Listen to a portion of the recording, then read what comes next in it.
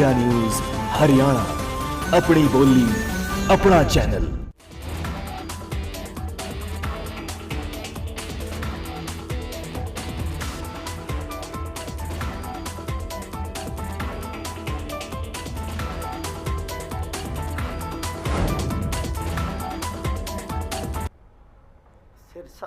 मैं बोलूं? जी। नहीं, मैंने पहले भी कहा कि सिरसा में चूंकि मुकाबला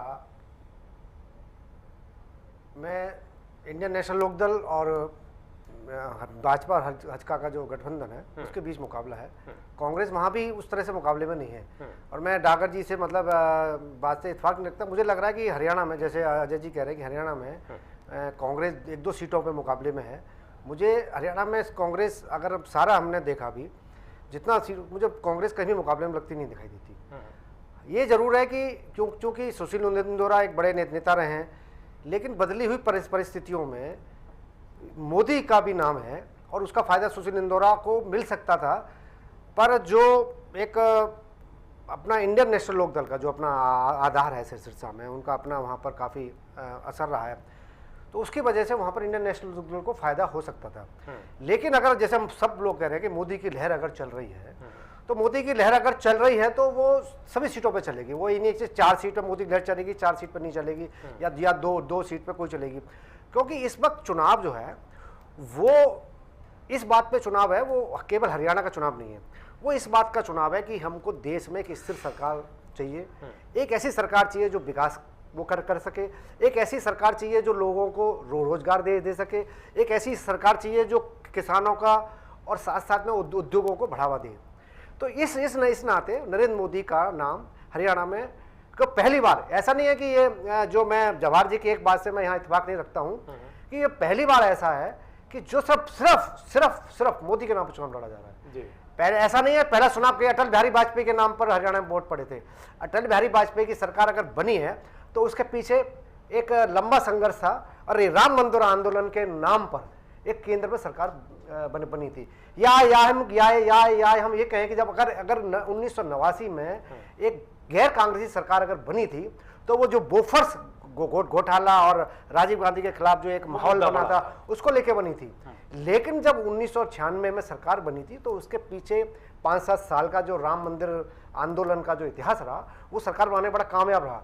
यह अलग बात है कि जब 1999 में सरकार बनी है तो 1999 में जो सरकार बनी थी वो 13 दिन की सरकार नहीं चली वाजपेयी की, 13 महीने सरकार नहीं चली वाजपेयी की।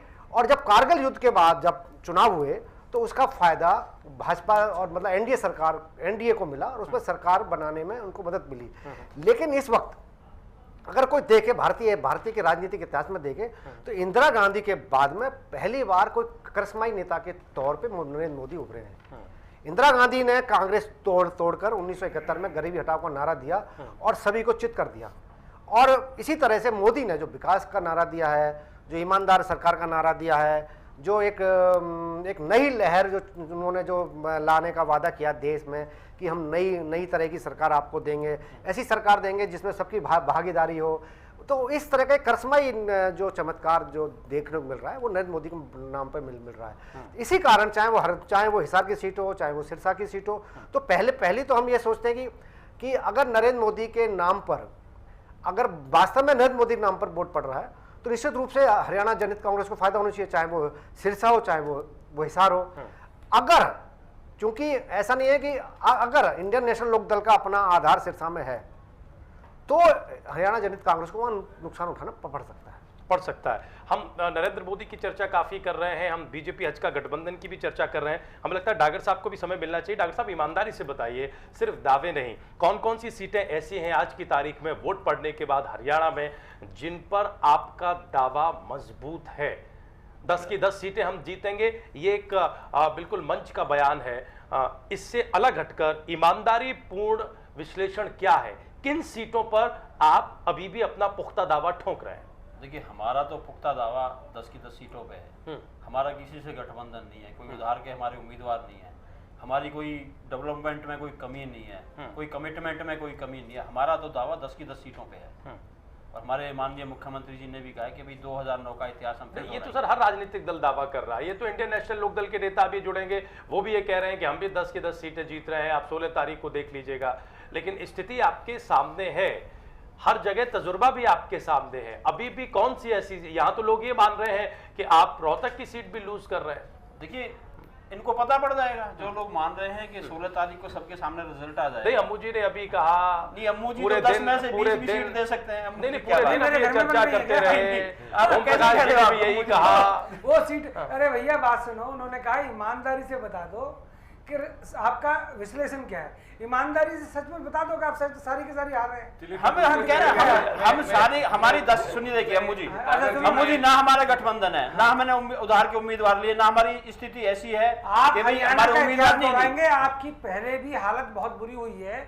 इससे पहले जो लोकसभा का चुनाव था उसमें भी आप लोगों का सुपड़ा साफ हुआ है। इस बार भी आपका सुपड़ा साफ होने जा रहा है। ये कुछ आप- बातें ऐसी हैं उनको नहीं, मानना चाहिए। नहीं, हम कुछ जब बातों कुछ को है ही मानने नहीं में मानने जायज है। वाली बातें। देखिए आप दिन में खूब सपने देखिए, आपका गुब्बारा भी 16 तारीख को फूट जाएगा। किसका गुब्बारा? बीजेपी हजका का। अरे भैया, इससे बुरी हालत आपकी क्या होगी कि आपके ठीक है, कैंडिडेट चलिए। तीसरे मैं एक तीसरे दूसरा नंबर पे सवाल आ रहे हैं। पूछना चाहता हूँ। एक मामूली सा सवाल है। देखिए क्या रिजल्ट आएगा सबको 16 तारीख को पता चलेगा, इसलिए इसमें दावे करना और ये करना बेकार की बात है कि हमें 10 आ रहा है या 5 आ रहा है या 2 आ रहा है। आज जो स्थितियां हैं, जो जमीनी उससे आ रही है रिपोर्ट, हम जहां दिखाई देते हैं, कांग्रेस पार्टी सत्ता में है, हरियाणा में विकास के काम भी किए हैं, बावजूद इसके लगता है आपको कि कुछ कमी रह गई जिससे और अच्छा प्रदर्शन हो सकता था। क्या रह गया, कहां विश्लेषण करते हैं आप? देखियो ओमकार जी, ऐसा है कि कमियां तो पता नहीं किसके अंदर, कभी संपूर्ण तो कोई व्यक्तित्व नहीं होता, जो आपने कही कमी वाली बात। बाकी हमारी तरफ से, हमारी पार्टी की तरफ से, नेतृत्व की तरफ से कोई कमी हमने नहीं छोड़ी कि जहाँ पे किसी को कोई नुकसान हो या किसी को कोई कारण से किसी को लॉस उठाना पड़ा। तब तो आप ये भी मान के चल रहे होंगे कि अगले प्रधानमंत्री राहुल गांधी हो रहे हैं। ये बात डिस्कशन हो रही है हरियाणा के संदर्भ की, अभी सारा चुनाव नहीं नरेंद्र हुआ। मोदी के लहर की चर्चा पूरे देश में हो रही है, हरियाणा में भी नरेंद्र मोदी के लहर के भरोसे ही भाजपा हजका गठबंधन के आने की बात हो रही है। जनाब जब इनके पास देखिए अपना कुछ अस्तित्व बीजेपी का हरियाणा में नहीं है, तो ये किसका सहारा लेके जाएंगे? मुझे एक ब्रह्मास्त्र तो जिक्र हो रहा है मोदी की लहर। नहीं, हम मैं कहते कहता हूं हैं वो इनका अपना भेज देखिए। पाकिस्तान से आया हुआ हमारा कार्यकर्ता है, श्रेष्ठ कार्यकर्ता। जवाहर जी मैं आपकी बात का जवाब दे रहा हूँ। अभी दुष्यंत चौटाला जी ने और भाई साहब ने जो बात कही थी, अभी इनका पीछे इतिहास उठाइए बीजेपी का हरियाणा में है क्या? दीपेंद्र जी बीमारी की वजह से चुनाव प्रचार नहीं कर पा रहे हैं, उनके परिवार के लोगों ने संभाल रखा है। आपको लगता है कि बीमार नहीं होते तो ज्यादा अच्छा होता, दावा होता? देखिए ऐसी बात नहीं है कि जो आदमी का काम बोलता है। अब ये मोदी जो हरियाणा में, यूपी इसमें चिल्ला रहे हैं, अपना शोर मचा रही है बीजेपी हमारी पार्टी बिहार के वो गुजरात के अंदर, तो इन्होंने कोई काम इन्होंने किया हो मोदी जी ने, तो इसका सहारा लेके चल रहे, हमारी डेवलपमेंट है। आप मानते हो ना इस बात को? नहीं, वहां हमने देखा ही नहीं जाके, आप ही लोग कह रहे हो गुजरात देखिए, ऐसा है। हमारे देखिए, मॉडल से तो बेहतर है ही नहीं वो। देखिए मैं दोनों की तरफ से एक बात कहता हूँ। ये सहते है कि हरियाणा में विकास हुआ है। विकास की लहर आज से नहीं चली, जब से हरियाणा बना तब से विकास हुआ है। चौधरी बंसी लाल को हरियाणा में विकास का नायक माना जाता है। लेकिन मेरा एक मानना है कि जब इंडियन नेशनल लोकदल की सरकार रही है, हालांकि तब विकास की गति थोड़ी धीमी हो जाती है। लेकिन जब हरियाणा सरकार में जब से विपिन सिंह ने हुड्डा मुख्यमंत्री बने, निश्चित रूप से हरियाणा में विकास हुआ है, चाहे शिक्षा क्षेत्र में हो, चाहे स्वास्थ्य के क्षेत्र में हो, हम इसको नकार नहीं सकते। लेकिन जब चुनाव होता है, एक तो क्या है कि हरियाणा की जो अपनी अंदरूनी राजनीति है उसके चलते कांग्रेस कमजोर हुई।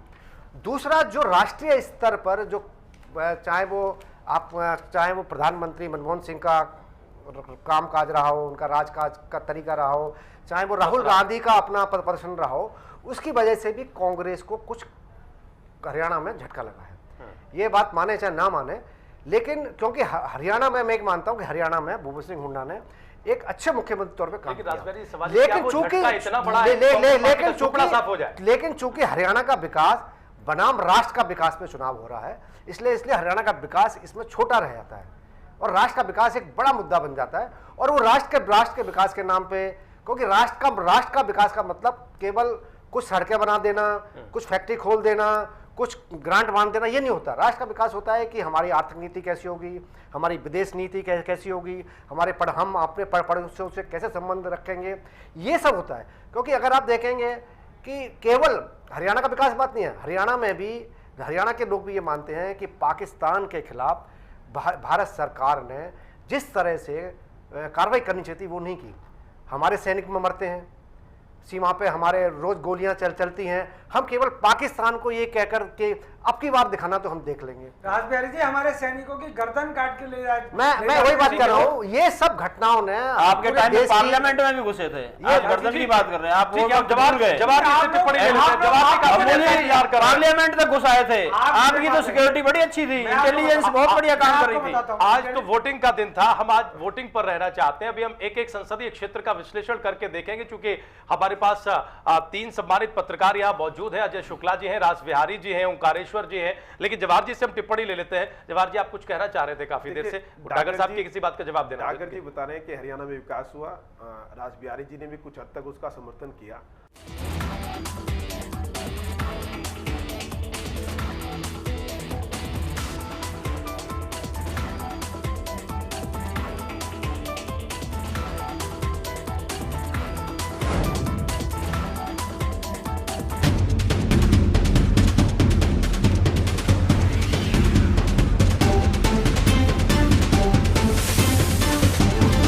इंडिया न्यूज हरियाणा, अपनी बोली अपना चैनल।